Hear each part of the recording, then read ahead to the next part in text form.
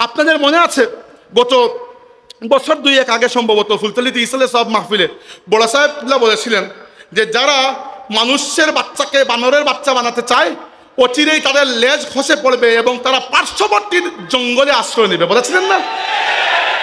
আপনি একবার চিন্তা করে দেখুন এই পরিস্থিতি যে এত দ্রুত পরিবর্তন হবে। যারা আমাদের সন্তানদেরকে বানরের সন্তান বানাতে চেয়েছিল, যারা আমাদের শিক্ষা ব্যবস্থার মধ্যে ডারউইনের মতবাদকে ইন্ট্রোডিউস করতে চেয়েছিল, যারা আমাদের শিক্ষা ব্যবস্থাকে নষ্ট করে সেখানে সমকামিতা এবং ট্রান্সজেন্ডারিজমের ফিতনাকে প্রবেশ করাতে চেয়েছিল, আজকে বাংলাদেশে তারা একটা ঘৃণিত নামে পরিণত হয়েছে। কি জন্য? কারণ হচ্ছে আল্লাহর দ্বীনের সাথে দুশ্মনী কেউ টিকে থাকতে পারে না। আজকে বাংলাদেশ এইরকম একটা অবস্থায় এসে পৌঁছেছে যে দেশে আইন শৃঙ্খলা কোনো বালাই নাই। মানুষ অনবরত একে অন্যের সম্পদ গ্রাস করছে, কেউ কারো জীবন হরণ করছে। বাংলাদেশে এক জালিম গিয়েছে, এখন অবস্থা এরকম মানুষ আশঙ্কা করছে ভবিষ্যতে যদি আরেক জালিম চলে আসে। কি জন্য হয়েছে? কারণ আমরা শুধুমাত্র কুরসি চেঞ্জ করি, সিস্টেমকে কখনো চেঞ্জ করা হয় নাই। যে রাষ্ট্রে আল্লাহর দ্বীন, আল্লাহর রাসূলের সুন্নাত ছাড়া অন্য কোনো আদর্শ থাকবে এই রাষ্ট্রে কখনো শান্তি আসবে না। আল্লাহ রাব্বুল আলামিন আমাদেরকে ইসলামের মাধ্যমে ইজ্জত দিয়েছেন, ইসলাম ছাড়া অন্য কোনো আদর্শের মধ্যে আমাদের ইজ্জত নাই। আর এইটা আমাদেরকে বুঝিয়ে গেছেন সৈয়দ আহমদ বেরলভী, এইটা আমাদেরকে বুঝিয়ে গেছেন আল্লামা ফুলতলি সাহেব কিবলা রহমতুল্লাহ। মানে আজকে যদি এসে কেউ বলেন আমরা সৈয়দ আহমদ বেরলভী রহমতুল্লাহ আলাইহিকে মানি না, কিংবা কেউ যদি সৈয়দ আহমদ বেরলভী রহমতুল্লাহ আলাইহিকে অন্য কোনো ট্যাগ দিয়ে সরাতে চান, এই বাংলার জমিনে আসাম বলেন, ওড়িশা বলেন, পশ্চিমবঙ্গ বলেন, বর্তমান বাংলাদেশ বলেন, এই বৃহত্তর এরিয়ায় কোনো একটা ইসলামী আন্দোলন পাওয়া যাবে না যার মধ্যে সৈয়দ আহমদ বেরলভী রহমতুল্লাহ আসর ছিল না। প্রত্যেকেই সৈয়দ আহমদ বেরলভী রহমতুল্লাহ আলাইহির কাছে ইহসান মন হতে হবে। আল্লাহর বান্দা সারা ভারতবর্ষ চষে বেরিয়েছেন, উত্তর ভারত থেকে গিয়েছেন দক্ষিণে, ওইখান থেকে বর্তমান পাকিস্তানের এরিয়া পুরোটা ঘুরে, বর্তমান আফগানিস্তান ঘুরে তিনি এসে নওশের হয়ে পেশোয়ার পর্যন্ত পৌঁছেছেন। পুরো ভারতবর্ষ ঘুরে ঘুরে মুজাহিদ মুরিদিন মুহিব্বিন তৈরি করেছেন, তালিম তরবিয়ত দিয়েছেন। তার হাতে গড়ে উঠেছেন কারামত আলী জৌনপুরি, তার হাতে গড়ে উঠেছেন নূর মোহাম্মদ নিজামপুরি, তার হাতে গড়ে উঠেছেন সৈয়দ মীর নিসার আলী তিতুমির, তিনি বাসের কেল্লা গড়ে তুলেছিলেন ইংরেজদের বিরুদ্ধে। 1831 সালের 6 মে সৈয়দ আহমদ বেরলভী রহমতুল্লাহ আলাইহি বর্তমান পাকিস্তানের বালাকোট এরিয়ায় শিখ রাজা শের সিংয়ের পুত্র রঞ্জিত সিংয়ের বিরুদ্ধে জিহাদরত অবস্থায় শাহাদত বরণ করেছেন। ওই শাহাদত আমাদেরকে স্মরণ করিয়ে দেয় কারবালায় ইমাম হাসান রাদিয়াল্লাহু আনহু শাহাদতের কথা। ইমাম হোসাইন যেভাবে শাহাদত বরণ করেছেন, নানার দ্বীনকে বুলন্দিত হতে দেন নাই, সৈয়দ আহমদ বেরলভী সেভাবে শাহাদত বরণ করেছেন। না তিনি আহলে সুন্নাত ওয়াল জামাতকে বুলন্দিত হতে দিয়েছেন, না ভারতীয় উপমহাদেশে মুসলমানদের আকীদা বিশ্বাস, মুসলমানদের অস্তিত্বকে কোনো খাতরার মুখে পড়তে দিয়েছেন। সৈয়দ আহমদ বেরলভী রহমতুল্লাহ আলাইহি শাহাদত এই উপমহাদেশে মুসলমানদেরকে কিয়ামত পর্যন্তের জন্য জিন্দা করে দিয়েছে।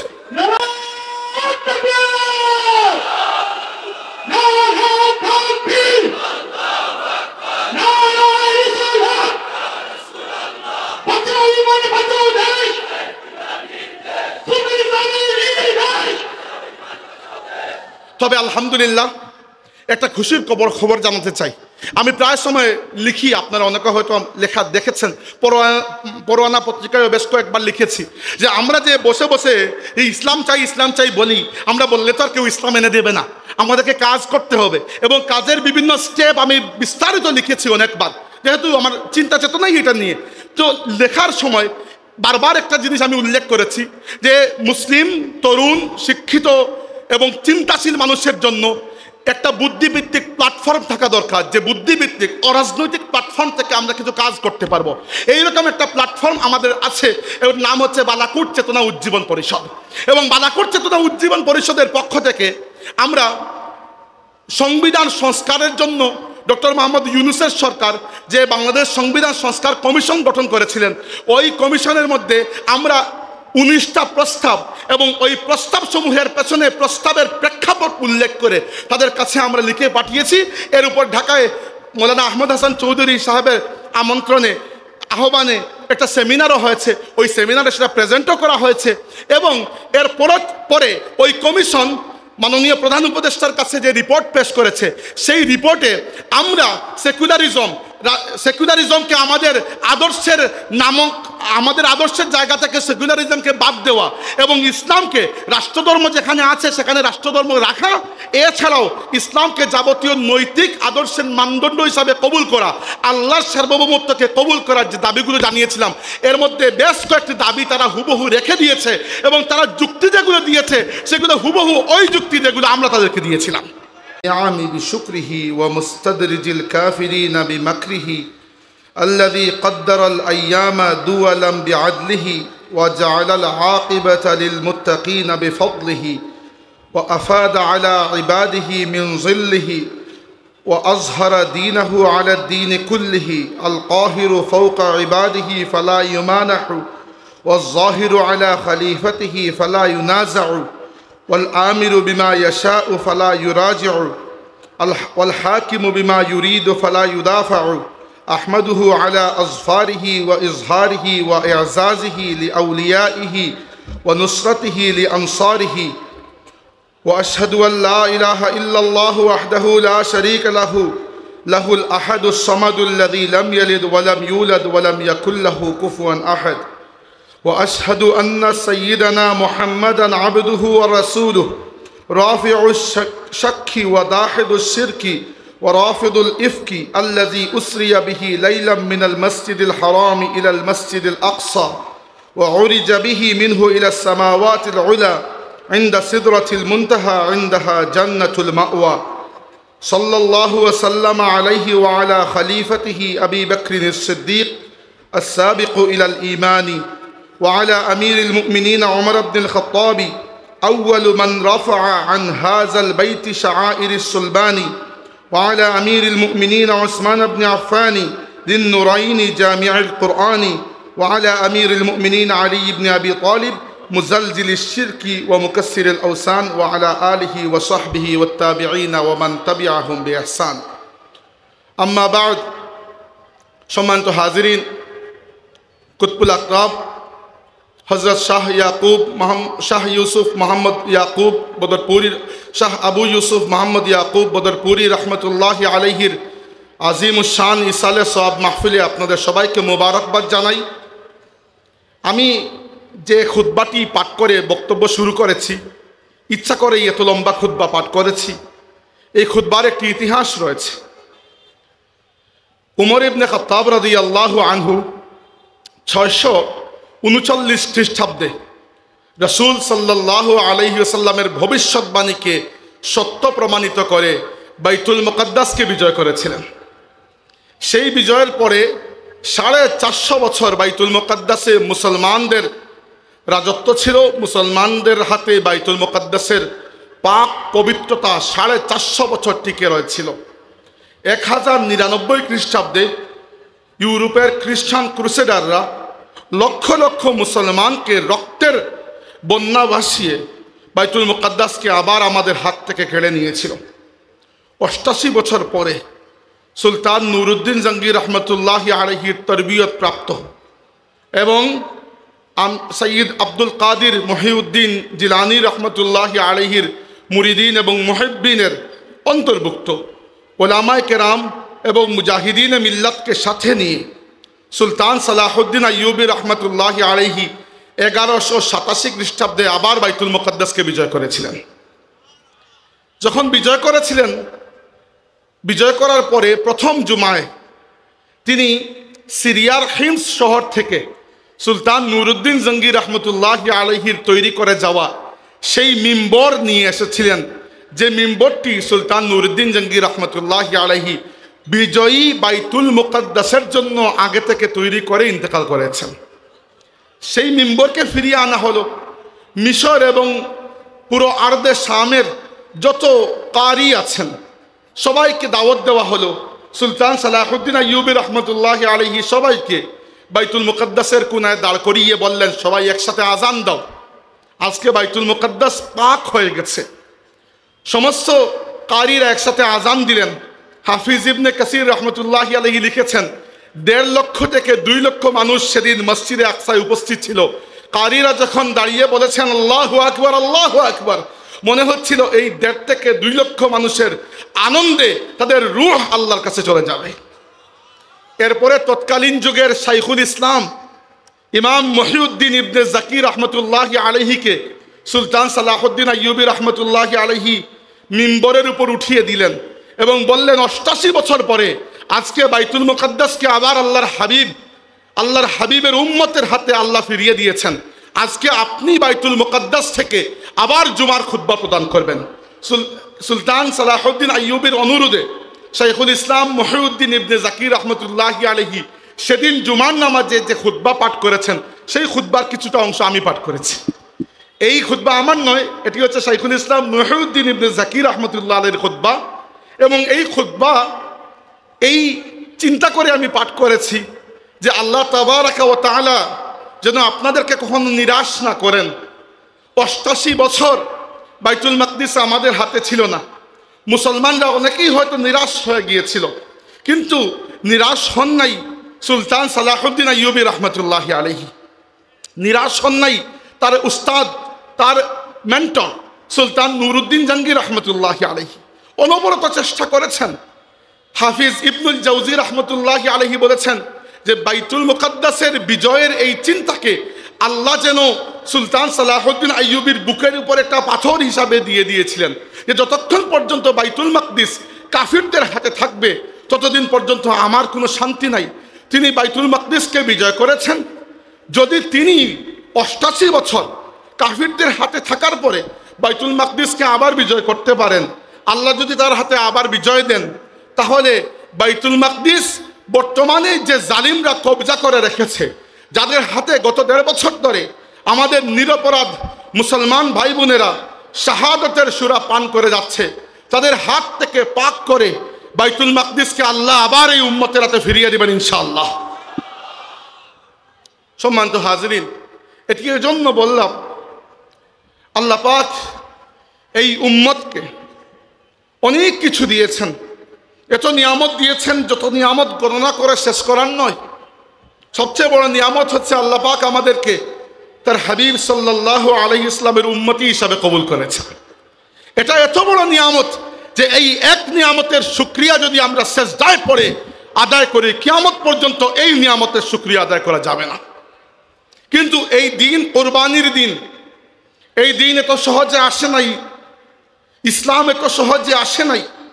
কিছুক্ষণ আগে তালামির সভাপতি বলে গেলেন যে আমাদের ইতিহাস কারবালা থেকে শুরু হয়েছে। কথাটি সমর্থন করি আমি, এমনকি তিনি আরেকটু এগিয়ে যেতে পারতেন যে আমাদের ইতিহাস সেদিন থেকে শুরু হয়েছে যেদিন প্রথমে হেরা গুহায় ইকরা বিসমি রাব্বিকাল্লাযী খালাক নাযিল হয়েছিল। বা আরো এগিয়ে গেলে আমাদের ইতিহাস সেই দিন থেকে শুরু হয়েছে যেই দিন ইব্রাহিম খলিলুল্লাহ আলাইহিস সালাতু ওয়াস সালাম তার শিশু পুত্র ইসমাঈল আলাইহিস সালামকে কুরবানি করার জন্য আল্লাহর উদ্দেশ্যে শুইয়ে গলার মধ্যে ছুরি ধরে ফেলেছিলেন। এক সময় আল্লাহ বলেছেন, ইয়া ইব্রাহিম ক্বাদ সাদ্দাকতার রুইয়া ইন্না কাযালিকা নাজজিল মুহসিনিন। আল্লাহ পাক এই মিল্লাতে ইব্রাহিম এর জন্ম দিয়েছেন কুরবানির মাধ্যমে।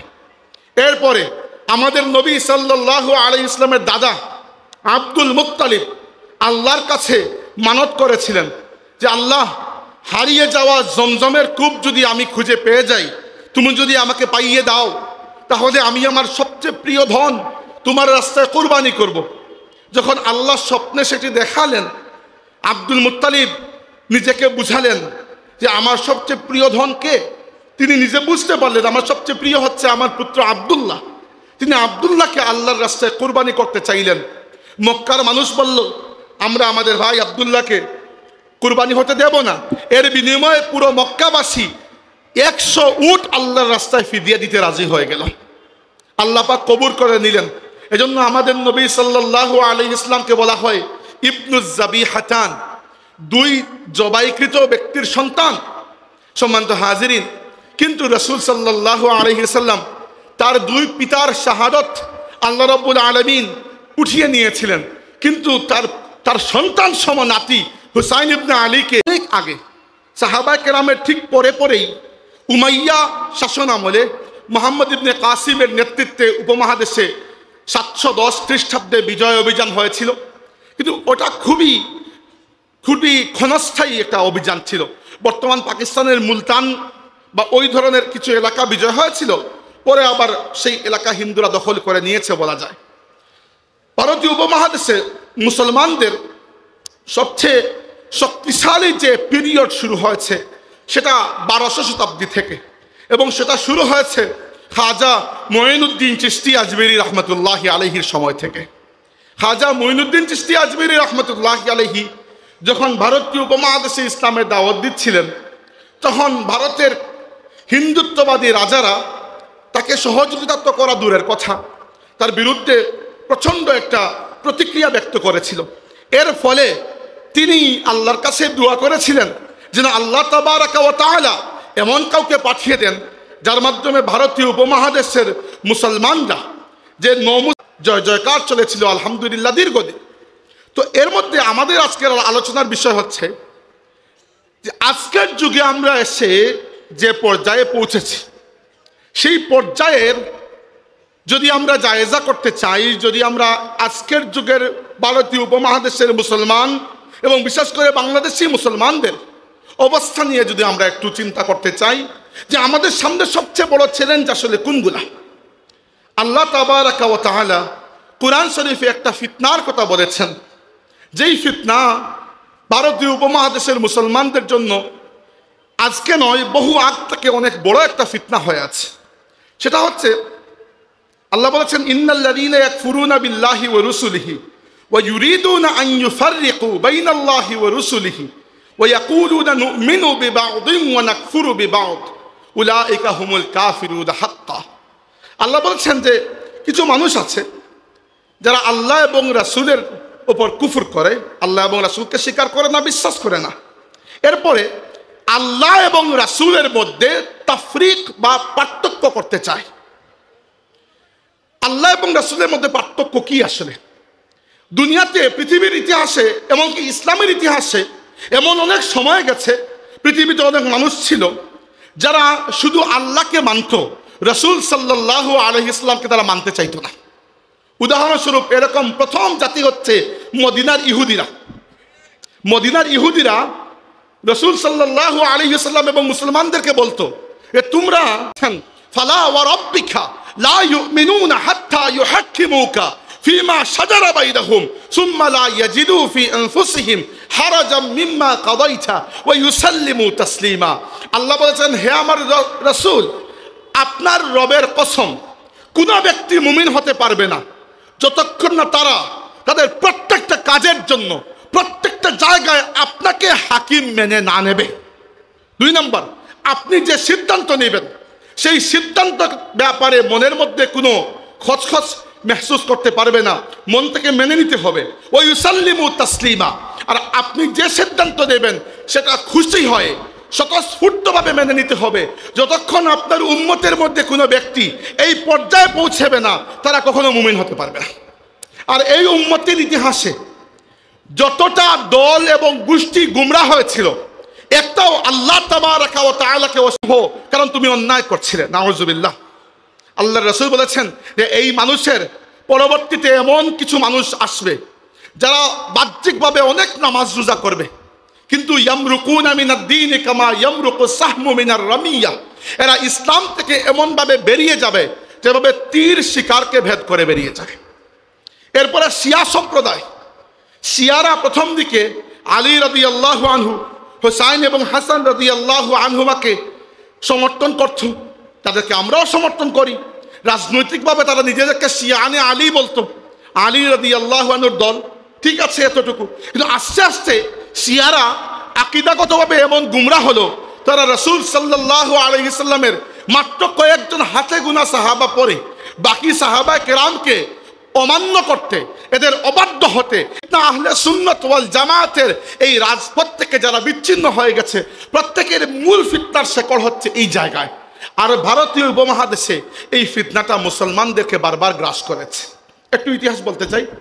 ভারতীয় উপমহাদেশে যখন ইংরেজরা আসলো প্রথমে, তো ইংরেজরা এসে মুসলমানদেরকে কালচারালি এবং মানে লেখালেখি করে, বক্তৃতা বিবৃতি দিয়ে মুসলমানদেরকে অনেক অ্যাটাক করা শুরু করলো।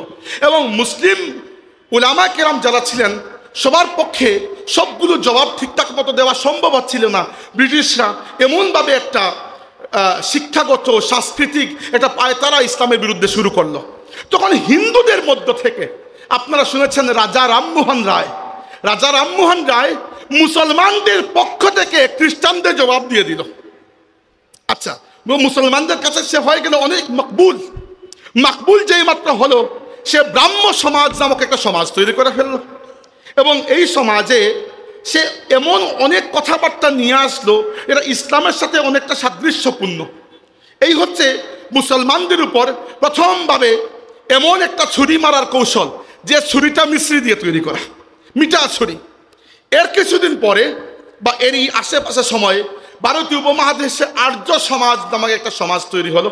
এই সমাজ তৈরি করলো দয়ানন্দ সরস্বতী, এক ব্যক্তি। সে প্রথম ব্যক্তি যে এই ধারণা দিল যে ভারতীয় উপমহাদেশ শুধু হিন্দুদের, এখান থেকে মুসলমানদেরকে বিতাড়িত করতে হবে। এরপরে আরেক ব্যক্তি আসলো, তার নাম হচ্ছে আপনারা সবাই চিনেন বঙ্কিমচন্দ্র চট্টোপাধ্যায়। ওই ব্যক্তি এসে প্রথমে হিন্দুত্ববাদের ধারণা দিল, যেটা বর্তমানে ভারতীয় উপমহাদেশের মধ্যে বিশেষ করে ভারতবর্ষে বা ইন্ডিয়ায় বিজেপির এবং আরএসএসের মূল রাজনৈতিক আদর্শ হিন্দুত্ববাদ। এটার মুর্শিদে আজম হচ্ছে বঙ্কিমচন্দ্র চট্টোপাধ্যায়। এরপরে আরএসএস তৈরি হলো, রাষ্ট্রীয় স্বয়ংসেবক সংঘ। এবং এরা যে পরিমাণ সংগঠিত এবং ভারতীয় রাজনীতিতে এরা যে পরিমাণ সক্রিয়, আজকে যে ভারতীয় হিন্দুত্ববাদের নয়নের মণি হয়ে নরেন্দ্র মোদী ভারতের ক্ষমতায় বসেছে, এখানে নরেন্দ্র মোদীর কৃতিত্ব খুবই কম। এখানে মূল ফিল্ড তৈরি করে দিয়েছে আরএসএস, রাষ্ট্রীয় সমাজসেবক সংঘ। ভারতে প্রত্যেকটা হিন্দুত্ববাদী সংগঠনের মূল শেকড় বুনিয়াদ ওই আরএসএস এর আদর্শের উপরই টিকে আছে। এবার এই যে রাজা রামমোহন রায়, এই যে আর্য সমাজ, এই যে ব্রাহ্ম সমাজ, এই যে দয়ানন্দ সরস্বতী, এরা মুসলমানদের বিরুদ্ধে ভারতীয়দেরকে আস্তে আস্তে একাট্টা করতে শুরু করলো। যে হিন্দুরা দীর্ঘ শতাব্দী মুসলমানদের অধীনে কখনো ছিলেন, কখনো মুসলমানদের সাথে একটা শান্তিপূর্ণ সহাবস্থানে ছিলেন, এই হিন্দুত্ববাদের ধারণা এদেরকে মুসলমানদের বিরুদ্ধে নিয়ে গেল। আর এই যে অবস্থা শুরু হলো মুসলমানদের বিরুদ্ধে, এটা শুধু হিন্দুদের মধ্যে শুরু হয় নাই, এরও আগে ভারতে একজন মুসলিম শাসকের পক্ষ থেকে এটা শুরু হয়েছিল। তার নাম ছিল মুঘল সম্রাট আকবর। মুঘল সম্রাট আকবরকে তৎকালীন যুগের দুই আলিম বুঝিয়েছিল এটা, যে রসুল সাল্লাল্লাহু আলাইহি ওয়াসাল্লাম দুনিয়া থেকে বিদায় নেওয়ার 1000 বছর হয়ে গেছে, অতএব আল্লাহর রসুলের শরীয়তের দিন শেষ হয়ে গেছে। তারা বলেছিল রসুল সাল্লাল্লাহু নবুয়ত নাউজুবিল্লাহ শেষ হয়ে গেছে। এখন পরবর্তী শতাব্দী এসেছে, আল্লাহর রসুলের পরে 1 সহস্রাব্দ, আলফে আউয়াল। আলফে আউয়াল মানে 1 সহস্রাব্দ, 1000 বছর চলে গেছে। এখন দ্বিতীয় সহস্রাব্দ আলফে সানি শুরু হয়েছে।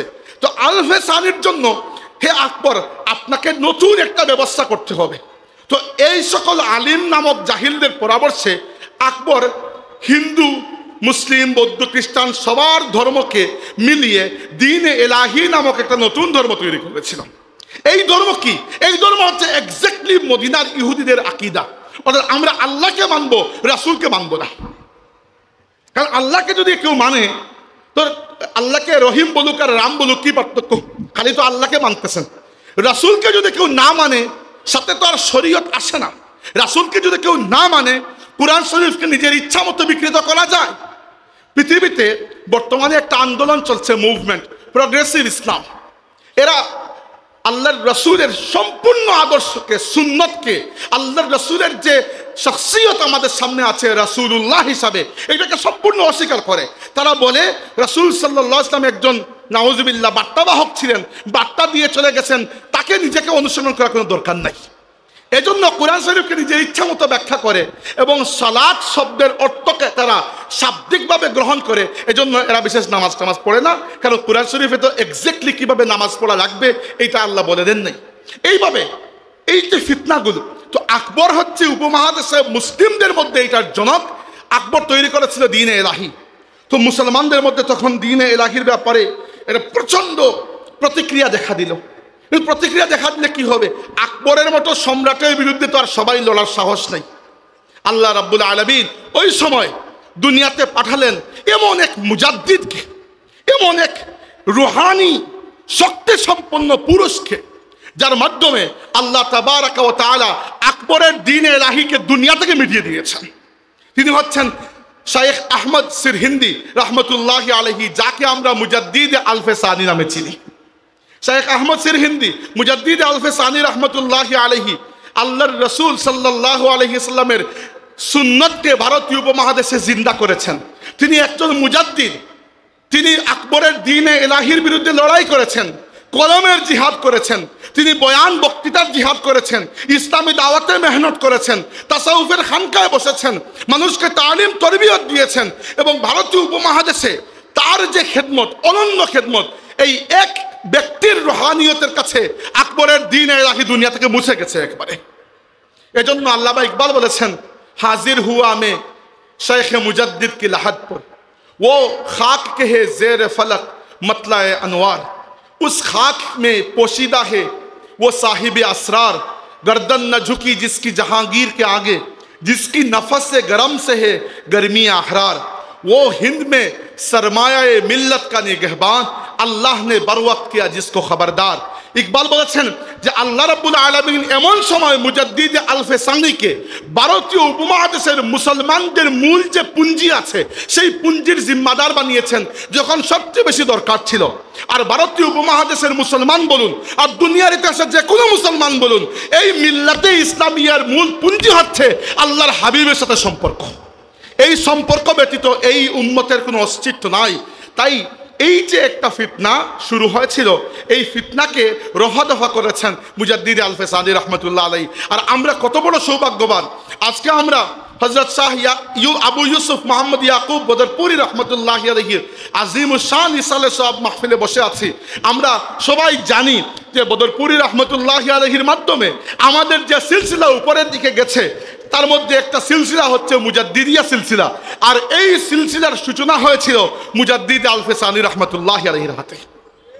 ভারতীয় উপমহাদেশে আমাদের পা বড় মজবুত, কারণ আমাদের পা সেই জায়গা থেকে এসেছে যে জায়গায় মুজাদ্দিদ আলফে সানি রহমতুল্লাহ আলাইহির খেদমত শেষ হয়েছে, ওইখান থেকে আমাদের এই সিলসিলার খেদমত শুরু হয়েছে।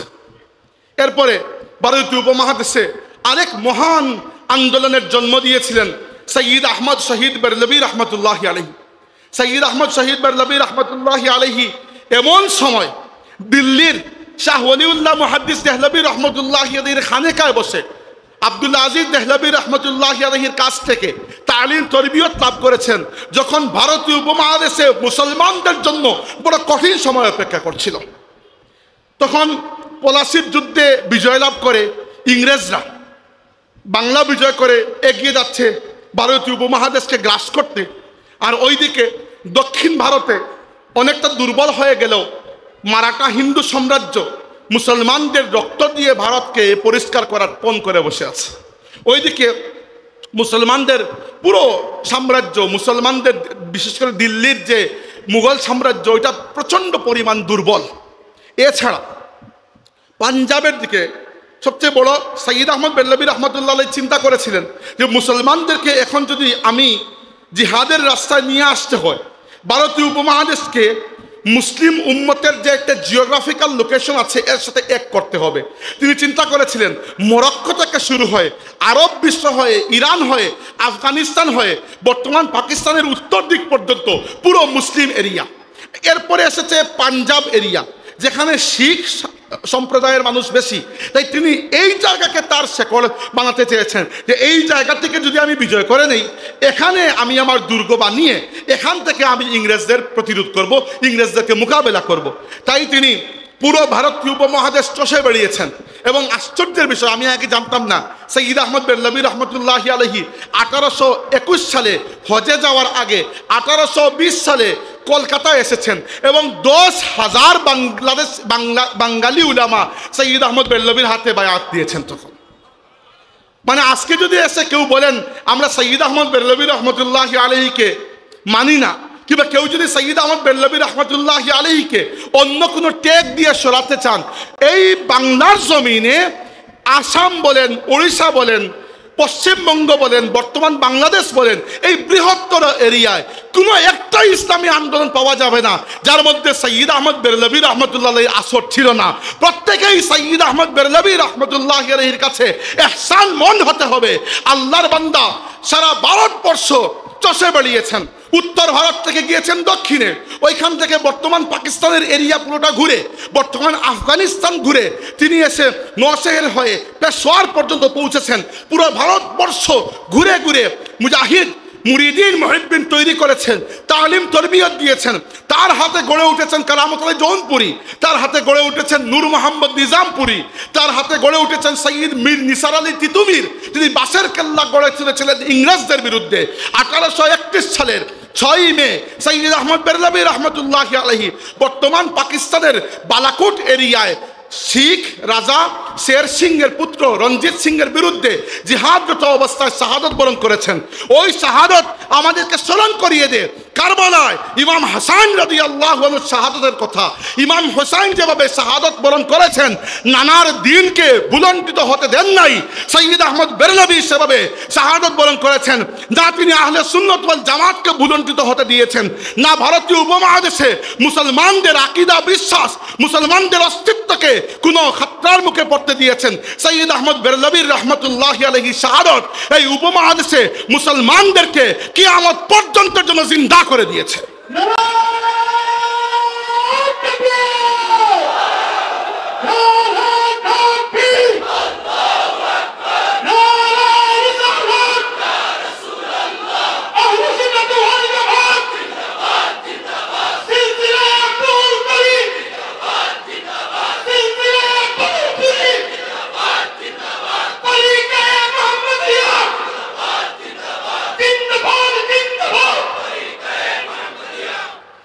আমি মুসলিম লেখকদেরকে বাদ দিচ্ছি, যারা অমুসলিম লেখক সৈয়দ আহমদ বেরলভীর ব্যাপারে রিসার্চ করেছেন, বারবারা ম্যাটক্লিফ একজনের নাম খুবই পরিচিত, তারপরে আইরা লিপিডাস, এরা খুবই বিখ্যাত মানুষ, একাডেমিক, ওয়েস্টার্ন একাডেমিক যারা সৈয়দ আহমদ বেরলভীর উপরে রিসার্চ করেছেন, তারা বলেছেন যে সৈয়দ আহমদ বেরলভীর পরবর্তী তারিকায়ে মোহাম্মদিয়া এই ভারতীয় উপমহাদেশের বিশেষ করে বাংলা, বিহার, উড়িষ্যা অঞ্চলে যে খেদমত আঞ্জাম দিয়েছে, অন্য কোনো ইসলামী আন্দোলন এই জায়গায় এইরকম খেদমত আঞ্জাম দিতে পারে নাই।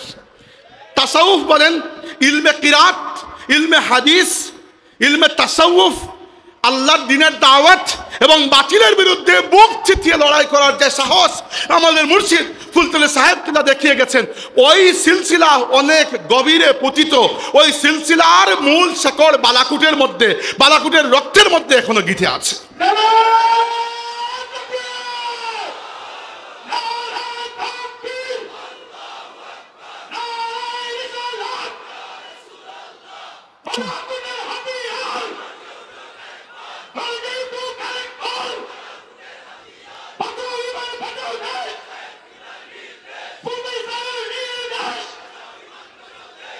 ইতিহাস বলা শেষ করলাম, এখন আসি বর্তমানে, বক্তব্য অর্ধেক শেষ।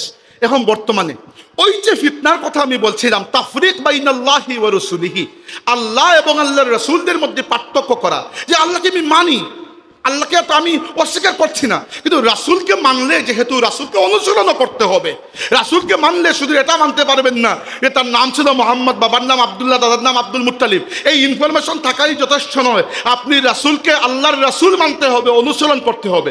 অতএব এই ফিতনা নাম পরিবর্তন করে আমাদের বাংলাদেশি মুসলিম সমাজের মধ্যে এখনো বহাল তবিয়ত অক্ষত আছে, আমরা জানি না।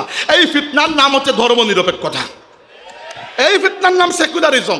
এখন এটা নিয়ে একটু কথা বলতে চাই, খুবই জরুরি। আমাদের মধ্যে এই ব্যাপারে সচেতনতা একটু কম থাকতে পারে, কিন্তু মনে রাখবেন পৃথিবীতে আল্লাহ রাব্বুল আলামিনের বিরুদ্ধে অনেকবার অনেক রকমের বিদ্রোহ হয়েছে। কখনো লাত, মানাত, উজ্জা, হুবলকে সাজিয়ে ওদেরকে আল্লাহর সমকক্ষ বানিয়ে দেওয়া হয়েছে, নাউজুবিল্লাহ। কখনো আবার কুফর করা হয়েছে, আল্লাহ রাব্বুল আলামিনের পুরো অস্তিত্বকেই অস্বীকার করা হয়েছে। এইভাবে আল্লাহর সাথে কুফরি দুনিয়াতে করা হয়েছে, ইতিহাস খুঁজতে পাবেন। আবার বর্তমান যুগে আল্লাহর বিরুদ্ধে সবচেয়ে বড় বিদ্রোহের নাম হচ্ছে এই সেকুলারিজম। কিভাবে? কারণ এই সেকুলারিজমের মূল মন্ত্রই হচ্ছে ওই আকবরের দ্বীনে এলাহির মন্ত্র। তারা বলে যে ধর্ম হচ্ছে ব্যক্তিগত বিষয় আর মানুষের যে সামাজিক জীবন, যেখানে মানুষ সমাজে একে অন্যের সাথে মিশে, কুশল বিনিময় করে, লেনদেন করে, ব্যবসা বাণিজ্য করে, যেখানে রাষ্ট্র গঠন হয়, যেখানে অর্থ ব্যবস্থা থাকে, যেখানে আইন প্রণয়ন হয়, যেখানে বিচার হয়, যেখানে শিক্ষা ব্যবস্থা থাকে, যেখানে নিরাপত্তা থাকে, সেখানে নাকি ধর্মের কোনো স্থান নাই। এটা হচ্ছে এই যুগের সবচেয়ে বড় কুফরি। এটা মদিনার ইহুদিদের মধ্যেও ছিল যে আল্লাহকে মানি, কিন্তু হে মোহাম্মদ তোমাকে আমরা মানবো না। এটা আকবরের মধ্যেও ছিল যে আল্লাহকে আমরা মানি, রসুলুল্লাহকে মানবো না। আজকের যুগে এসে এই ফিতনা সেকুলারিজমের নাম ধারণ করে আমাদের এই রাষ্ট্রের রন্ধে রন্ধে প্রবেশ করে গেছে। এইটা আমরা অনেক সময় টের পাই না। তাই আমাদেরকে এই ব্যাপারে খুব সতর্ক হতে হবে, সেকুলারিজম সম্পর্কে জানতে হবে। আমাদের বাংলাদেশের ইতিহাস নিয়ে যদি আমরা একটু ঘাটাঘাটি করি, দেখবেন বাংলাদেশের পুরো ইতিহাসকে দুইটা চোখ দিয়ে দেখা হয়। একটা আপনি আর আমি দেখি, একটা হচ্ছে ওই সেকুলার পাড়ার বাম পাড়ার নাস্তিকরা দেখে। তারা এভাবে দেখে যে পাকিস্তান তৈরি হয়েছিল ইসলামের নামে, যেহেতু পাকিস্তান একটা ইসলামী রাষ্ট্র ছিল, তাই সেকুলার আদর্শের উপর রাষ্ট্র তৈরি করার জন্য বাংলাদেশকে স্বাধীন করা হয়েছে। অথচ এর থেকে মিথ্যা আর কোনো কিছু হতেই পারে না। আপনি ইতিহাস খুঁজে দেখেন এই উপমহাদেশে, এবং তারা এটাও বলে যে উপমহাদেশের বিশেষ করে বাংলাদেশি এর আগে বাঙালি মুসলমানদের মধ্যে নাকি সেকুলারিজমের ধর্ম নিরপেক্ষতার চেতনা এমনভাবে ডেভেলপ হয়েছিল যে এজন্য নাকি আমরা বাংলাদেশকে পাকিস্তান থেকে আলাদা করে নিয়ে এসেছি। আসল ইতিহাসটা হচ্ছে এইভাবে যে পাকিস্তান গঠন হওয়ার আগেও, অনেক বছর বছর আগেও উপমহাদেশের বিশেষ করে বাঙালি মুসলমানদের মধ্যে এইরকম একটা শক্তিশালী ইসলামী চেতনা ছিল যে এই উপমহাদেশের তরিকায় মোহাম্মদিয়ার আন্দোলন হয়েছে, এই উপমহাদেশে তিতুমিরের বাঁশের কেল্লা গঠিত হয়েছে। এই বাঙালি ছিলেন এরা, বাঙালি মুসলমানদের মধ্যে এদেরকে পাওয়া যায়। এরপরে আপনি পাবেন হাজী শরীয়তুল্লাহর ফরাইজি আন্দোলন। তারপরে 1906 সালে ঢাকায় বাঙালি মুসলিম নেতারা মুসলিম লীগ গঠন করেছিলেন। 1947 সালে যখন পাকিস্তান গঠন হয়েছিল, সবচেয়ে বেশি অবদান ছিল বাঙালি মুসলিম নেতাদের।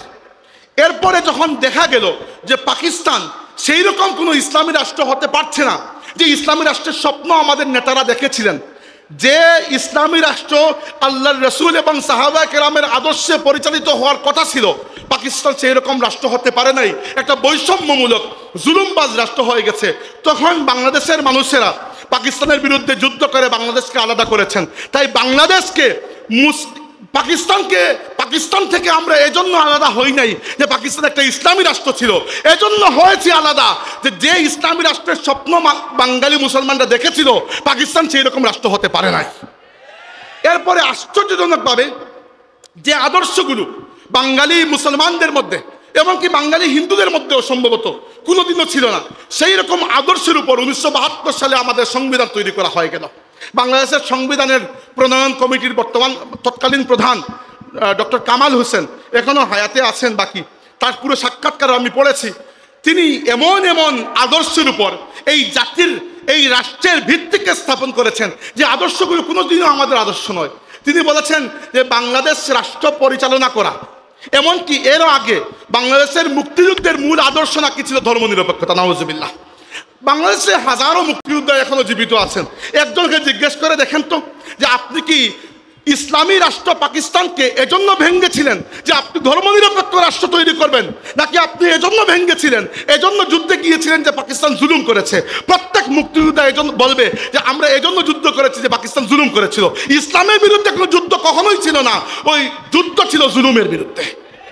আচ্ছা, কিন্তু যখন সংবিধান লেখা হয়েছে, বলা হয়েছে যে ধর্মনিরপেক্ষতা সেকুলারিজমের আদর্শের উপর মুক্তিযুদ্ধ হয়েছিল, সমাজতন্ত্র কমিউনিজমের আদর্শের উপর নাকি মুক্তিযুদ্ধ হয়েছিল, এবং বাংলাদেশের রাষ্ট্র পরিচালনার মূলনীতির মধ্যে এই আদর্শগুলোকে ঢুকিয়ে দেওয়া হয়েছিল। এবং এই যে সেকুলারিজম বা ধর্মনিরপেক্ষতা, এই যে সোশ্যালিজম বা কমিউনিজম, এই যে সমাজতন্ত্র যেগুলো সারা দুনিয়াতে ফেল করেছে, এইগুলো এত বছর যাবৎ বাংলাদেশকে খাওয়ানো হয়েছে। ইসলামকে একটু পরিমাণ স্থান কেউ দেয় নাই। এই বাংলাদেশে আল্লাহর দিন, আল্লাহর রসুলের সুন্নত অনুযায়ী কখনো কিছু হয় নাই। 53 বছর সেকুলারিজম ধর্ম নিরপেক্ষতা করে কি করেছেন? পুরো বাংলাদেশকে একটা চুরের রাষ্ট্র বানিয়ে দিয়েছেন। এই যে কিছুদিন আগেও বাংলাদেশে একটা সফল গণ অভ্যুত্থান হয়ে গেল, কি জন্য হয়েছে? মানুষের মনের মধ্যে ক্ষোভ ছিল, এই জুলুমের বিরুদ্ধে মানুষের মনের মধ্যে খুব ছিল, এজন্যই তো মানুষ রাস্তায় নেমেছে, এত স্বতঃস্ফূর্ত একটা অভ্যুত্থান হয়েছে। এরও আগে বাংলাদেশে আরও হয়েছে এইগুলা। কি জন্য? কারণ মুসলমানদের জন্য ইসলাম ছাড়া সেকুলারিজম, কমিউনিজম, ক্যাপিটালিজম, কোনো ইজমের কোনো আদর্শকে আল্লাহ পছন্দ করেন নাই। আল্লাহ একমাত্র ইসলামকে আমাদের জন্য পছন্দ করেছেন। তাই মুসলমানরা যেখানে আছে, ইসলাম ছাড়া অন্য কোনো আদর্শ যদি আমরা কবুল করতে চাই, আল্লাহ রাব্বুল আলামিন নিজেই আমাদেরকে বেইজ্জত করে দেবেন। এটা মনে রাখতে হবে আমাদেরকে। উমর ইবনে খাত্তাব রাদিয়াল্লাহু আনহু 639 খ্রিস্টাব্দে বাইতুল মাকদিস বিজয় করতে গিয়েছেন। তো উমর ইবনে খাত্তাব কে সেটা তো আমরা জানি। উমর ইবনে খাত্তাব রাদিয়াল্লাহু আনহু গিয়েছেন মদিনা শরীফ থেকে 750 কিলোমিটারের জার্নি। তিনি কিছুটা পথ উটের উপর বসেন, আর খাদিম উটের লাগাম ধরে চলে, আর কিছু পথ খাদিম উটের উপরে বসে তিনি উটের লাগাম ধরে চলেন। বাইতুল মাকদিসের সামনে যখন হাজির হয়েছেন, একটু জায়গায় কাদা পানি ছিল, তিনি পায়ের মোজা খুলে কাদের উপর রেখে দিয়েছেন। তখন ওই মুসলিম সেনাবাহিনীর প্রধান ছিলেন আবু উবাইদা ইবনুল জাররাহ রাদিয়াল্লাহু আনহু। তিনি এসে বলেছেন, আমিরুল মুমিনিন, আপনি এটা কি হাল করে রেখেছেন? একে তো আপনি উটের নিচে লাগাম ধরে বসে দাঁড়িয়ে আছেন, আর আপনার খাদিম উটের উপরে, আর নিজের মোজা খুলে আপনি কাঁধের উপরে রেখে দিয়েছেন। একটা রোমান সাম্রাজ্যের এলাকা, এরা যদি দেখে আপনাকে এই অবস্থায়, বড় বেইজ্জত হয়ে যাবে আমাদের। উমর ইবনে খাত্তাব রাদিয়াল্লাহু আনহু লম্বা শ্বাস নিলেন, বললেন ওয়াহ। এরপরে বললেন, লাউ ক্বালা যা গায়রুকা আবা উবাইদাতা লাজাআলতুহু নাকালান লিউম্মতি মুহাম্মাদিন সাল্লাল্লাহু আলাইহি ওয়াসাল্লাম। যদি তুমি আবু উবাইদা ইবনে জাররাহ ব্যতীত এই কথা অন্য কেউ বলতো, আমি এমন শাস্তি দিতাম যে পুরো উম্মতের জন্য দৃষ্টান্ত হয়ে থাকতো। ইন্না কুন্না আযাল্লা কওমিন ফাআযানাল্লাহু বিল ইসলাম। আমরা সেই জাতি ছিলাম যাদের কোনো ইজ্জত ছিল না, আল্লাহ ইসলামের মাধ্যমে আমাদেরকে ইজ্জত দিয়েছেন। বা মাহমা নাতলুবুল ইজ্জাতা বিগাইরি মা আ'আযানাল্লাহু বিহি আযাল্লানাল্লাহ। অতএব যে ব্যক্তি ইসলাম ছাড়া অন্য কোনো আদর্শের মধ্যে শান্তি খুঁজতে চায়, মর্যাদা খুঁজতে চায়, আল্লাহ নিজে তাকে বেইজ্জত করে দেবেন। আজকে বাংলাদেশ এইরকম একটা অবস্থায় এসে পৌঁছেছে যে দেশে আইন শৃঙ্খলা কোনো বালাই নাই। মানুষ অনবরত একে অন্যের সম্পদ গ্রাস করছে, কেউ কারো জীবন হরণ করছে। বাংলাদেশে এক জালিম গিয়েছে, এখন অবস্থা এরকম মানুষ আশঙ্কা করছে ভবিষ্যতে যদি আরেক জালিম চলে আসে। কি জন্য হয়েছে? কারণ আমরা শুধুমাত্র কুরসি চেঞ্জ করি, সিস্টেমকে কখনো চেঞ্জ করা হয় নাই। যে রাষ্ট্রে আল্লাহর দিন, আল্লাহর রাসূলের সুন্নাত ছাড়া অন্য কোনো আদর্শ থাকবে, এই রাষ্ট্রে কখনো শান্তি আসবে না। আল্লাহ রাব্বুল আলামিন আমাদেরকে ইসলামের মাধ্যমে ইজ্জত দিয়েছেন, ইসলাম ছাড়া অন্য কোনো আদর্শের মধ্যে আমাদের ইজ্জত নাই। আর এইটা আমাদেরকে বুঝিয়ে গেছেন সৈয়দ আহমদ বেরলভী, এইটা আমাদেরকে বুঝিয়ে গেছেন আল্লামা ফুলতলি সাহেব কিবলা রহমতুল্লাহ।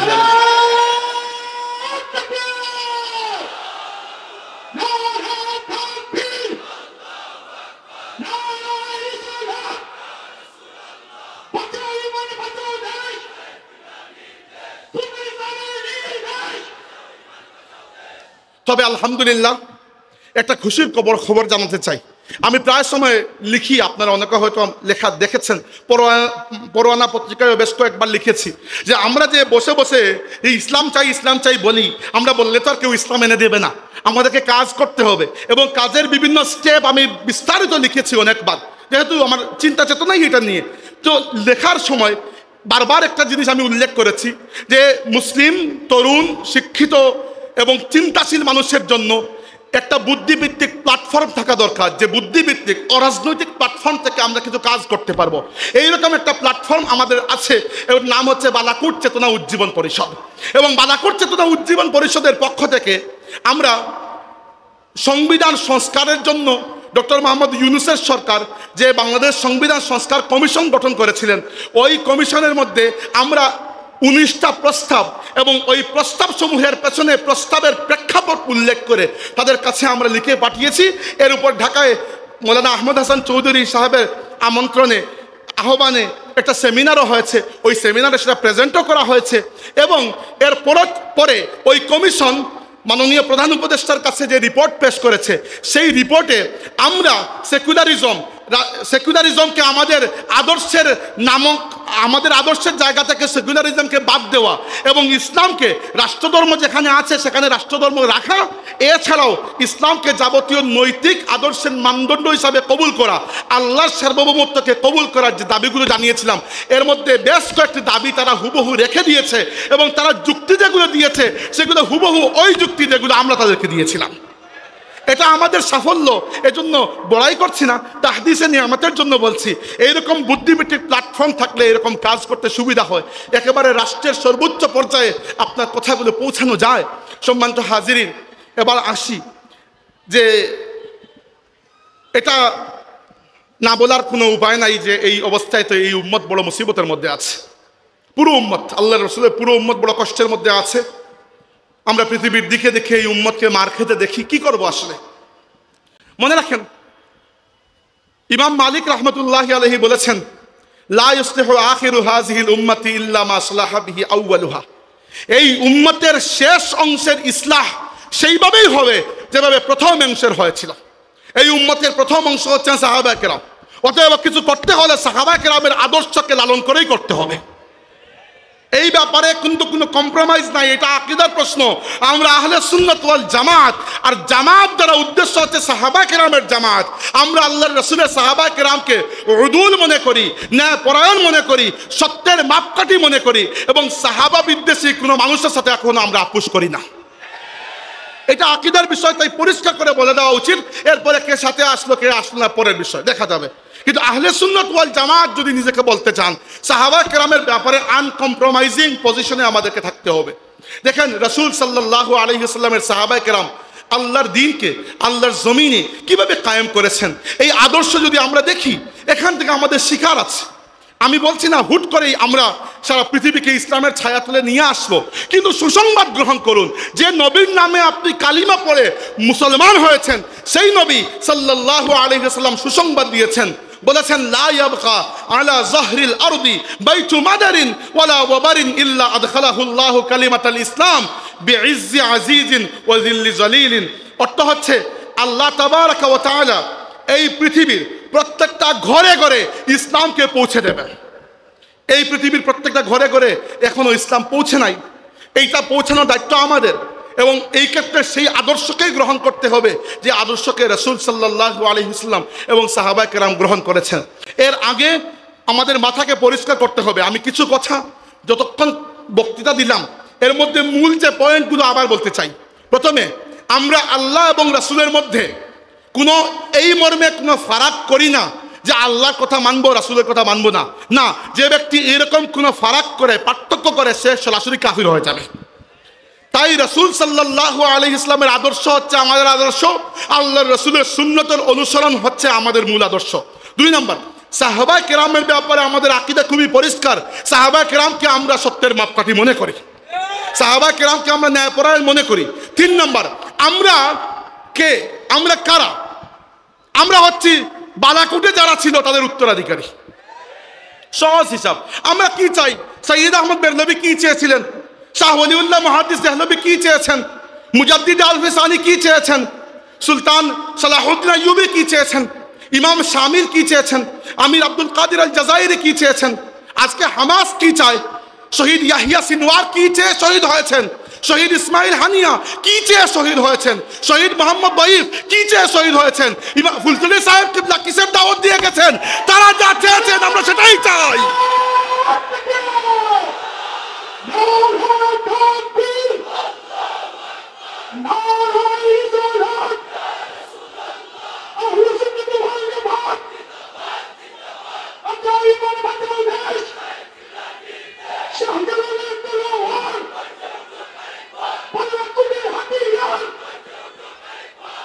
সম্মানিত হাজিরিন, বালাকুটের কথা আজকে বারবার মনে হচ্ছে, কারণ প্রাণের সাথে, আত্মার সাথে বালাকুট জড়িয়ে আছে। বালাকুট ছাড়া এই উপমহাদেশে কোনো ইসলামী আন্দোলন নাই। বালাকুটের বাইরে ইসলামী আন্দোলন খুঁজেই পাবেন না। ইসলামের আন্দোলন যা কিছু আছে সবই বালাকুটের নামেই চলছে। আল্লাহ পাক কবুল করেছেন আমাদেরকে এই সিলসিলা, আলহামদুলিল্লাহ। সম্মানিত হাজিরিন, সাহাবা কেরামের জীবনের দিকে যদি আমরা দেখি, আমরা দেখতে পারবো আল্লাহর দ্বীনের খেদমতে তারা তিন ধাপের পদক্ষেপ গ্রহণ করেছেন। একটার নাম হচ্ছে দাওয়াত, মানুষকে আল্লাহর দিনের দাওয়াত দেওয়া, দিনকে আল্লাহর জমিনে বিজয় করার জন্য নিজেদেরকে শক্ত করা, শক্তি সঞ্চয় করা, নিজেদেরকে মজবুত করা। আর 3 নম্বর, আল্লাহর রাসূলের জীবনের একটা বড় অংশ যে কাজে কেটেছে সেটা হচ্ছে জিহাদ ফি সাবিলিল্লাহ। এই পথ ছাড়া অন্য কোনো পথে এই উম্মতের বিশেষ কোনো মুক্তি আসবে না।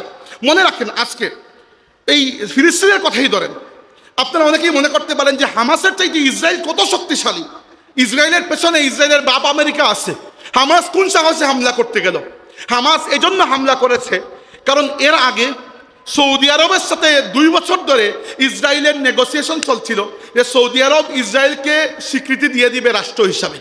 এখন দেখেন, বাংলাদেশ যদি বাই চান্স, আল্লাহ মাফ করুক, যদি ইসরায়েলকে স্বীকৃতি দিয়েও দেয়, তেমন কিছু যায় আসে না। বাংলাদেশের তো সেরকম দুনিয়ার রাজনীতিতে এমন কোনো পজিশন নাই, কিন্তু মুসলিম বিশ্বে সৌদি আরবের তো একটা পজিশন আছে না?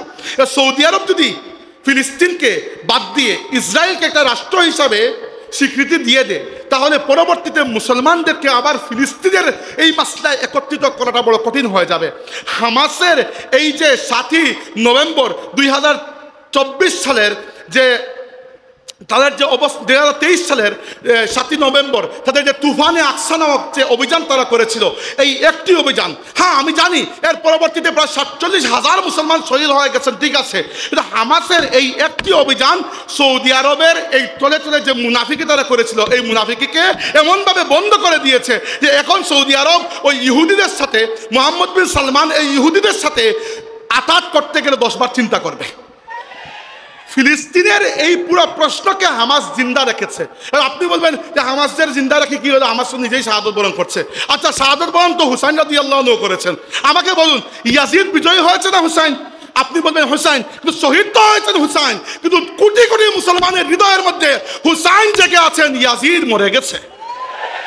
একইভাবে আজকে দুনিয়াতে এত এত শক্তিশালী মুসলিম রাষ্ট্র, বসে বসে কোনো কাজ নাই, কেউ মুনাফিকি করছে, কেউ বসে তামাশা দেখছে, কেউ কুফারকে সহযোগিতা করে যাচ্ছে, কিন্তু আপনার হৃদয়ের মধ্যে আপনি হামাসের প্রতি যে মহব্বত লালন করেন, ফিলিস্তিনের গাজার মুসলমানদের প্রতি যে মহব্বত লালন করেন, আপনার হৃদয়কে জয় করার মাধ্যমে হামাস অলরেডি যুদ্ধে বিজয় হয়ে গেছে।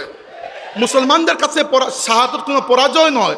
হাজির, উহুদের যুদ্ধে যখন রাসূল সাল্লাল্লাহু আলাইহি ওয়াসাল্লাম সাহাবায়ে কেরামকে 50 জন সাহাবীকে জাবালে রুমা পাহাড়ের উপর উঠিয়ে দিয়েছিলেন এবং বলেছিলেন যে আমরা যদি পরাজিত হই, এমনকি শাহাদত বরণ করি, তবুও তোমরা আমার আদেশ ছাড়া নামবে না। তো যখন মুসলমানরা প্রথম ধাক্কায় বিজয়ী হয়ে গেলেন, তখন ওই 50 জনের মধ্যে 40 জন সাহাবী নেমে আসলেন। নেমে আসার পরে ওই সুযোগকে কাজে লাগিয়ে তৎকালীন মক্কার কাফিরদের দলভুক্ত ছিলেন খালিদ ইবনে ওয়ালিদ রাদিয়াল্লাহু আনহু, তিনি পেছন দিক থেকে হামলা করে মুসলমানদের বড় ক্ষতি করেছেন। 70 জন সাহাবা শহীদ হয়েছেন, এর মধ্যে হামজা রাদিয়াল্লাহু আনহু ছিলেন। তখন রাসূল সাল্লাল্লাহু আলাইহি ওয়াসাল্লামকে আক্রমণ করার জন্য কাফিরদের একটা আলাদা ছোট প্লাটুন উহুদের পাহাড়ের দিকে এগিয়ে যাচ্ছে, আর মাত্র 9 জন সাহাবা আল্লাহর রাসূলের সাথে, রাসূল সাল্লাল্লাহু আলাইহি ওয়াসাল্লাম ওই 9 জন সাহাবাকে নিয়ে উহুদ পাহাড়ের উপরে উঠে গেলেন। সামনে মাত্র 2 জন মুহাজির সাহাবী, মক্কার 2 জন সাহাবী, আবু উবাইদা তালহা ইবনে উবাইদিল্লাহ এবং সাদ ইবনে আবি ওয়াক্কাস রাদিয়াল্লাহু আনহুমা, আর এর আগে 7 জন মদিনার আনসারী সাহাবী। আপনি মুসলিম শরীফ খুলে দেখবেন, লেখা আছে ওই সময় আল্লাহর রাসূলের সাথে 9 জন সাহাবী ছিলেন। 2 জনের নাম আমরা জানি, ওই 2 জন হচ্ছেন তালহা ইবনে উবাইদিল্লাহ এবং সাদ ইবনে আবি ওয়াক্কাস। কিন্তু সামনে যে 7 জন মাদানী আনসারী সাহাবী ছিলেন, এদের নাম আমরা জানি না, যে এদের বীরত্ব গাথা এখনো আমাদেরকে অনুপ্রেরণা দেয়। এক একজন সাহাবী আল্লাহর রাসূলকে রক্ষা করার জন্য সামনে ঢাল হয়ে দাঁড়িয়েছেন, কুফার তীর মেরেছে, এক একজনের বুকে যতটুকু জায়গা বাকি আছে ততটুকু তীর নিজের বুকে নিয়েছেন, কিন্তু আল্লাহর রাসূলের পা মুবারকের মধ্যে একটা কাঁটাও বিদ্ধ হতে দেন নাই। এক এক করে 7 জন সাহাবা শহীদ হয়েছেন, এরপরে এসে তারা আল্লাহর হাবিবকে আক্রমণ করেছে। ইসলামের ইতিহাসে ওই 7 জনের নাম হয়তো আমরা অনেকেই জানি না, কিন্তু সাহাবায়ে কেরামের এই ত্যাগ জিহাদের ময়দানে, এই লিল্লাহিয়ত তাদেরকে কিয়ামতের ময়দানে আল্লাহর সামনে সম্মানী করে রেখেছেন ইনশাআল্লাহ। এই হচ্ছে আমাদের আদর্শ। মুসলমানদের জন্য শাহাদাত কখনো পরাজয় নয়। সম্মানিত হাজিরিন, আমাদেরকে কি করা উচিত? আমাদেরকে প্রথমত বোঝা উচিত, বাংলাদেশের পরিস্থিতি যতই চেঞ্জ হোক না কেন, বাংলাদেশের রাজনীতিতে যাই হয়ে যাক না কেন, সাময়িকভাবে হয়তো আমাদের মনের মধ্যে একটু ধাক্কা লাগতে পারে যে এটা পরিবর্তন হয়ে গেছে, এই হয়ে গেছে, ওই হয়ে গেছে। মনে রাখবেন, শেষ পর্যন্ত আমরা একটা দ্বীনি দাওয়াতি কাফেলা, আমরা মূলত আমাদের কাজ কি? ফুলতলি সাহেব আমাদেরকে কি জন্য রেখে গিয়েছেন? মূল কাজটা হচ্ছে আল্লাহর দ্বীনের খেদমত করা। এইটা মূল কাজ। মূল কাজ থেকে যেন বিচ্ছিন্ন না হই। That's the first. আমরা প্রায় সময় দেখা যায় দেশের রাজনৈতিক পরিস্থিতি পরিবর্তন হলে, হয়তো ভবিষ্যতে আবারও হবে, দেখা যায় এইগুলো আমাদেরকে এত এফেক্ট করেছে, আমরা আমাদের নিজেদের কাজ কাম বাদ দিয়ে বসে থাকি। আমি মনে করি না আমাদেরকে কাজ কাম বাদ দিয়ে বসা উচিত। আমরা শাহজালাল রহমতুল্লাহ আলাইহির ওই তরবারির জিম্মাদার, যে তরবারি দিয়ে শাহজালাল রহমতুল্লাহ আলাইহি গৌর গোবিন্দের হাত থেকে তরফ তথা ওই রাজ্যকে রক্ষা করেছিলেন, যে রাজ্যের নাম আজকে সিলেট হিসাবে আমরা গর্ব করি। আমরা যদি সামান্য পরিস্থিতি পরিবর্তন হয় আর এ যায় ও আসে, যাক, এরা হচ্ছে দুনিয়ার, এদের সব মাফাদ হচ্ছে দুনিয়ার। কিন্তু আমরা মূলত ইসলামী দাওয়াতি কাফেলা, এই যে সিলসিলা, এটা ইসলামী দাওয়াতের জন্য রাখা হয়েছে। আমরা যেখানে থাকবো বাঁচবো এজন্য যেন আমাদের মাধ্যমে আল্লাহর দ্বীন বেঁচে থাকে, মরবো এজন্য যেন আমাদের মৃত্যুতে আল্লাহর দ্বীনের ফায়দা হয়। 2 নম্বর, আমরা নিজেদেরকে দুর্বল মনে করবে না। তাহলে আমি সভাপতি বলেছেন এবং তার কথায় আমি একমত যে নিজেদেরকে আমরা দুর্বল মনে করবো না। আমরা আসলে দুর্বল নই। দেখেন, দুর্বল মনে করবো না এটা তো ঠিক আছে। আমার কথা হচ্ছে আরেকটু এগিয়ে যাই। আমরা শক্তি সঞ্চয় করি। আমরা বুঝতে পারছি না আজকের যুগের শক্তির উৎস কোন জায়গায়। দেখেন, একটা ভালো একাডেমিক প্ল্যাটফর্ম আমাদের ছিল বালাকুট চেতনা উজ্জীবন পরিষদ। এই জন্য দেশের এই গুলাতি পরিস্থিতির মধ্যেও আমরা রাষ্ট্রের সর্বোচ্চ জায়গায় একটা ভালো খেদমত আঞ্জাম দিতে পেরেছি, আলহামদুলিল্লাহ। এইরকম যদি আমাদের প্ল্যাটফর্মগুলো গড়ে ওঠে, এইগুলা কাজে লাগবে। এটা হচ্ছে ইয়াদাদ, শক্তি সঞ্চয় করা। দ্বিতীয়ত হচ্ছে আমাদের প্রত্যেকের কাছে সোশ্যাল মিডিয়া আছে। এই মিডিয়া আমাদের একটা তাকত। এখান থেকে আমরা নেগেটিভ বিল্ড আপ করতে পারি ইসলামের পক্ষে, আল্লাহর দ্বীনের পক্ষে, সুন্নিয়তের পক্ষে। তৃতীয়ত হচ্ছে ফুলতুলি সাহেব রহমতুল্লাহ আলাইহি শত শত মসজিদ, মাদ্রাসা, খানেকা তৈরি করে গিয়েছেন। এই মসজিদ, মাদ্রাসার এবং খানেকাগুলা, এগুলো আল্লাহর দ্বীনের এক একটা দুর্গ হিসাবে কাজ করে। এগুলো থেকে মানুষ তৈরি হয়। এই মানুষগুলো যেখানে যায় সেখানে ইসলামের নূর ছড়িয়ে দেয়। এটা আমাদের শক্তি। তাই এই ভূমি এত সহজে পরিবর্তন হবে না। এই ভূমির রন্ধ্রে রন্ধ্রে সেকুলারিজম, কমিউনিজম, ক্যাপিটালিজম, এই ইজম, ওই ইজম, বিভিন্ন বিবাদকে ঢুকিয়ে দেওয়া হয়েছে। কিন্তু আমরা মনে রাখতে হবে যে আমরা আল্লাহর হাবিবের অনুসরণে যদি কাজ করি, এক সময় ইনশাআল্লাহ এই বাংলাদেশের অবস্থা পরিবর্তন হবে। ফুলতলি সাহেবকে রহমতুল্লাহ আলাইহি যখন সূচনা করেছেন, তখন তো পরিস্থিতি এতটুকু ভালো ছিল না। আমরা এর থেকে পরিস্থিতি এখন ভালো পাচ্ছি। আপনাদের মনে আছে গত বছর 2-1 আগে সম্ভবত ফুলতলিতে ইসলে সব মাহফিলে বড় সাহেব বলেছিলেন যে যারা মানুষের বাচ্চাকে বানরের বাচ্চা বানাতে চায়, অচিরেই তাদের লেজ খসে পড়বে এবং তারা পার্শ্ববর্তী জঙ্গলে আশ্রয় নেবে, বলেছিলেন না? আপনি একবার চিন্তা করে দেখুন, এই পরিস্থিতি যে এত দ্রুত পরিবর্তন হবে। যারা আমাদের সন্তানদেরকে বানরের সন্তান বানাতে চেয়েছিল, যারা আমাদের শিক্ষা ব্যবস্থার মধ্যে ডারউইনের মতবাদকে ইন্ট্রোডিউস করতে চেয়েছিল, যারা আমাদের শিক্ষা ব্যবস্থাকে নষ্ট করে সেখানে সমকামিতা এবং ট্রান্সজেন্ডারিজমের ফিতনাকে প্রবেশ করাতে চেয়েছিল, আজকে বাংলাদেশে তারা একটা ঘৃণিত নামে পরিণত হয়েছে। কি জন্য? কারণ হচ্ছে আল্লাহর দ্বীনের সাথে দুশ্মনী কেউ টিকে থাকতে পারে না। এটা আমাদের বুঝতে হবে। এই বাংলাদেশে আমরা আন্ডার কনফিডেন্ট হলে চলবে না। আমরা সেই জাতি যাদেরকে আল্লাহ ইসলামের মাধ্যমে ইজ্জত দিয়েছেন। আমরা দুনিয়াতে টিকে আছি ইসলামের জন্য। আমি বারবার এক গান গেয়ে যাচ্ছি, কিন্তু আপনারা বিরক্ত হতে পারে, কিন্তু আমার আপনাদের কাছে এই মেসেজটা আজকে যে আমরা মূলত কোনো রাজনৈতিক, অর্থনৈতিক, সামাজিক সংগঠন নই। আমরা একটা দ্বীনি কাফেলা। বাংলাদেশের রাজনৈতিক পরিস্থিতি যেভাবেই হোক না কেন, বাংলাদেশ থাকুক না থাকুক, ইসলাম তো থাকবে। আর ইসলাম থাকলে আমরাও আছি, আলহামদুলিল্লাহ। এইটাই হচ্ছে আমাদের মূল মন্ত্র। নিজেকে দুর্বল ভাবার কোনো কারণ নেই। দিনের দাওয়াত দিয়ে যান, মাদ্রাসার খেদমত করে যান, এইগুলো আমাদেরকে শক্তি যোগায়। আর তরুণদের প্রতি বিশেষ করে আমার অনুরোধ হচ্ছে, এই আধুনিকতার নামে যে ফিতনাগুলো আমাদের দেশে কিছুদিন পরে পরে ইন্ট্রোডিউস করার একটা পায়তারা হয়, এগুলোকে বোঝার চেষ্টা করুন। নয়তো এই ফিতনাগুলা আমাদের পূর্ববর্তী যারা আছেন, দাড়ি পাকা মুরব্বীরা, সেই ফিতনার যুগ পান নাই যেটা আমরা পাবো। তারা হয়তো সম্রাট আকবরের গল্প শুনেছেন। আমরা আজকে বাংলাদেশের এমন এমন এমন পরিস্থিতি দেখছি যেখানে আকবরের ফিতনা চাইতে বড় ফিতনা বাংলাদেশে কিছুদিন আগ পর্যন্ত আমরা দেখেছি। আল্লাহ জানে ভবিষ্যতে আর কারা আসবে, আল্লাহ জানে এই দেশের পরিস্থিতি কি হবে, কিন্তু আমাদেরকে বুক চিতিয়ে টিকে থাকতেই হবে। কিন্তু এটাও স্বীকার করছি, আমি বক্তব্য শেষ প্রান্তে চলে আসছি, এটাও স্বীকার করছি যে এই উম্মতের অবস্থা আসলেই বড় সঙ্গীন। আর এই সঙ্গীন অবস্থায় আমরা আল্লাহর কাছে দোয়া করি, আল্লাহ তাবারক ওয়া তাআলা যেন এই উম্মতকে আবার সেই শৌর্যবীর্য দান করেন। আল্লাহ তাবারক ওয়া তাআলা যেন এই উম্মতকে আবার সাহাবা কেরামের পদ্ধতিতে ফিরিয়ে দেন। বারবার আজকে শুধু আল্লাহর রসুলের সাহাবা কেরামের কথা মনে হচ্ছে আমার, যে আল্লাহর রসুলের সাল্লাল্লাহু আলাইহি ওয়াসাল্লামের সাহাবা কেরাম আল্লাহর দিনের জন্য যেতে আগে এবং কুরবানি দিয়ে গেছেন। এর অর্ধেকের যদি আমরা দিয়ে যেতে পারি আমাদের জীবন সার্থক হয়ে যাবে। উহুদের যুদ্ধের পরে রসুল সাল্লাল্লাহু আলাইহি ওয়াসাল্লামের পরে, উহুদের যুদ্ধের পরে আল্লাহ রসুলের উপরে যে কষ্টটা এসেছিল, এই কষ্টের কোনো উদাহরণ আমরা খুঁজে পাই না দুনিয়ার ইতিহাসে। আল্লাহ রসুল সাল্লাল্লাহু আলাইহি ওয়াসাল্লামের কাছ থেকে সাহাবায়ে কেরামকে দাওয়াত দিয়ে নিয়ে কাফিররা আর রাজিয়া নামক কূপের কাছে প্রায় 7 থেকে 8 জন সাহাবীকে বিশ্বাসঘাতকতা করে শহীদ করেছিল, এবং বীর মাউনা কূপের কাছে প্রায় 70 জনের মতো সাহাবাকে শহীদ করেছিল। ওই অবস্থায়ও আল্লাহর রসুল ভেঙে পড়েন নাই, ইসলামের দাওয়াত ভেঙে পড়েন না। তাহলে আজকে কি জন্য ইসলামের দাওয়াত ভেঙে পড়বে? সম্মানিত হাজিরিন, মনে রাখবেন এই উম্মতের অবস্থা যতই খারাপ হোক, যতই নাজুক হোক না কেন, এই উম্মতের অবস্থা ফিরবে।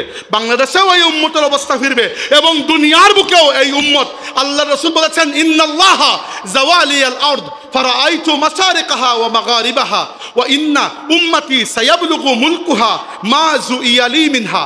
আল্লাহর হাবিব বলেছেন, আল্লাহ আমাকে দুনিয়ার পূর্ব থেকে পশ্চিম পর্যন্ত দেখিয়েছেন, এবং মনে রাখো আমার উম্মতের বাদশাহী এক সময় দুনিয়ার পূর্ব থেকে পশ্চিম পর্যন্ত পৌঁছে যাবে। একদিন ফিলিস্তিন বিজয় হবে, আমরা গিয়ে বাইতুল মাকদিসে আল্লাহকে সেজদা করতে পারবো ইনশাআল্লাহ। একদিন বাংলাদেশের মাটিতে আল্লাহর দিন কায়েম হবে ইনশাআল্লাহ। একদিন বাংলাদেশের মাটিতে আল্লাহর কালিমার পতাকা উঠবে ইনশাআল্লাহ। এর জন্য কাজ করতে হবে সেই পদ্ধতিতে, যে পদ্ধতিতে সাহাবায়ে কেরাম কাজ করেছেন। কোনো ব্যক্তির বানানো তন্ত্রমন্ত্র দিয়ে কাজ করলে লাভ হবে না। আর দুনিয়াতে মুসলমানদের এই অবস্থায়, এই করুণ অবস্থায় আমার বারবার আজকে মনে পড়ছে আল্লামা ইকবালের সেই কথাগুলো। তিনি রসুল সাল্লাল্লাহু আলাইহি ওয়াসাল্লামকে মুতাওয়াজ্জা করে বলেছিলেন, তিনি বলেছিলেন, বা খুদা দর পর্দা গোয়ম বাতো গোয়ম আশকার, ইয়া রসুল আল্লাহ উ পিনহা তু पैदाए मन मुसलमान आ फ़कीरे कज कुला है रमीदा सीनाए ऊ सो जिया है दिलश दालद चरा नालद नदानद निगाहे या रसूल अल्लाह निगाहे निगाहे या रसूल अल्लाह निगाहे। ইকবাল বলেছেন, ইয়া রসুল আল্লাহ, আল্লাহর সাথে তো গায়েবের পর্দার মধ্যে কথা বলি, আপনার সাথে সামনাসামনি কথা বলছি। ইয়া রাসূলুল্লাহ, আপনার উম্মতের অবস্থা বড় খারাপ আজকে।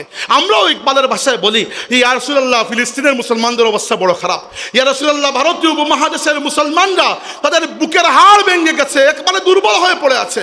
কাশ্মীরের মুসলমানরা মজলুম হয়ে আছে। চায়নার উইগুর মুসলমানরা বড় নির্যাতিত। ইয়া রাসূলুল্লাহ, রোহিঙ্গা মুসলমানদের কান্নায় আসমান জমিন ভারী হয়ে যাচ্ছে। নিগাহে ইয়া রাসূলুল্লাহ, নিগাহে। ইয়া রাসূলুল্লাহ, এই উম্মতের দিকে দয়ার নজর দিন। এই উম্মত দুনিয়াতে আপনার আদর্শকে লালন করে, আপনার আদর্শকে প্রচার এবং প্রতিষ্ঠার দায়িত্ব নিয়ে এসেছে। আজকে আপনি বদরের ময়দানে যেরকম বলেছিলেন, আল্লাহুম্মা ইন তুহলিক হাযিহিল আসাবাতিল ইয়াউম লান তু'বাদ ফিল আরদি আবাদা। আল্লাহ, এই যে 313 জন মানুষকে নিয়ে এসেছি, এরা আমার এতদিনের মেহনতের ফসল। আজকে যদি এরা ধ্বংস হয়ে যায়, দুনিয়াতে তোমাকে ডাকার মতো কেউ বাকি থাকবে না। আমরাও আজকে আল্লাহ রসুলকে খবর দিচ্ছি এটা, যে ইয়া রাসূল আল্লাহ, এই দুনিয়াতে মুসলমানদের অবস্থা বড় সংকটাপন্ন। যদি আপনার নজরে করম আমাদের উপর না থাকে, এই দুনিয়াতে আপনার উম্মতের জন্য টিকে থাকা বড় মুশকিল হয়ে যাচ্ছে। আমরা আল্লাহর কাছে দোয়া চাই, আল্লাহ তাবারক ওয়া তাআলা যেন এই উম্মতের সেই শৌর্যবীর্যের দিনকে আবার ফিরিয়ে দেন। এবং বক্তব্য শেষ করার আগে সেই কথাও বলতে চাই যে আমাদের ভবিষ্যৎ কর্মপদ্ধতি নির্ধারিত হবে আল্লাহর রসুলের সাহাবায়ে কেরামের আদর্শে। আল্লাহর রসুলের সাহাবিদেরকে যারা কটূক্তি করে, রাসূলুল্লাহ সাল্লাল্লাহু আলাইহি ওয়াসাল্লামের সাহাবায়ে কেরামকে ছেড়ে যারা ইসলামকে কল্পনা করতে চায়, এদের সাথে আমাদের কোনো আপোষ হবে না। রাসূল সাল্লাল্লাহু আলাইহি ওয়াসাল্লামের জানবাজ সাহাবীদের অপরিসীম ত্যাগ এবং তিতিক্ষার ফলে এই দুনিয়াতে আমরা ইসলাম পেয়েছি। আল্লাহর রসুলের সাহাবীরা ক্ষুধার কষ্টে, ক্ষুধার জন্য কষ্ট করেছেন বলেই আমরা ইসলাম নিয়ে বড়াই করতে পারি। আল্লাহ রাসূলের সাহাবায়ে কেরাম মরুভূমির উত্তপ্ত গরমে নিজের হাড্ডি গলিয়েছেন বলে, তারা ঘোড়ায় চড়ে উত্তাল সাগর পাড়ি দিয়েছেন বলে, তারা নিজেদের তাজা রক্ত দিয়ে কাফিরদের তরবারিকে রঙিন করেছেন বলে আজকে আমরা মুসলমান হতে পেরেছি। এজন্য আমরা এই মাহফিল থেকে খুব স্পষ্ট করে নিজের পরিচয় দিচ্ছি, আমরা কারা। আমরা হচ্ছে আল্লাহর রাসূলের সাহাবায়ে কেরামের দলের মানুষ, আমরা হচ্ছে আহলে সুন্নাত ওয়াল জামাতের মানুষ, আমরা হচ্ছে শহীদানে বালাকোটের মানুষ, এদের উত্তরাধিকারী। ফুলতলি কাফেলা, এই কাফেলার শেকড় অনেক মজবুত। শাহজালাল রহমতুল্লাহ আলাইহির তরবারির উত্তরসূরি আমরা, সৈয়দ আহমদ বেরলভী রহমতুল্লাহ আলাইহির বালাকোট সংগ্রামের উত্তরাধিকার আমরা হোসাইন রাদিয়াল্লাহু আনহু শাহাদাতকে বুকের মধ্যে অনুপ্রেরণা হিসেবে জায়গা দিয়েছি। আমরা সাহাবায়ে কেরামের পথ, মত, আদর্শ, আকীদাকে গ্রহণ করি এবং আমাদের ভবিষ্যৎ কর্মপদ্ধতি যদি দেখতে চান আল্লাহর রাসূলের সাহাবায়ে কেরামের আদর্শের মধ্যে আমাদের আদর্শকে আপনারা খুঁজে পাবেন ইনশাআল্লাহ। আল্লাহ পাক আমাদেরকে এই পথের উপর থাকার তৌফিক দিন এবং যখন মৃত্যু আসবে আমাদেরকে যেন এই মজবুত ঈমানের উপর আল্লাহ দুনিয়া থেকে বিদায় দেন। আমরা বলি আমিন। আকুলু কাওলি হাযা ওয়া আস্তাগফিরুল্লাহ লি ওয়া লাকুম ওয়া লিসাইরিল মুসলিমিন ফাস্তাগফিরুহু ইন্নাহু তাআলা হুয়াল গফুরুর রহিম।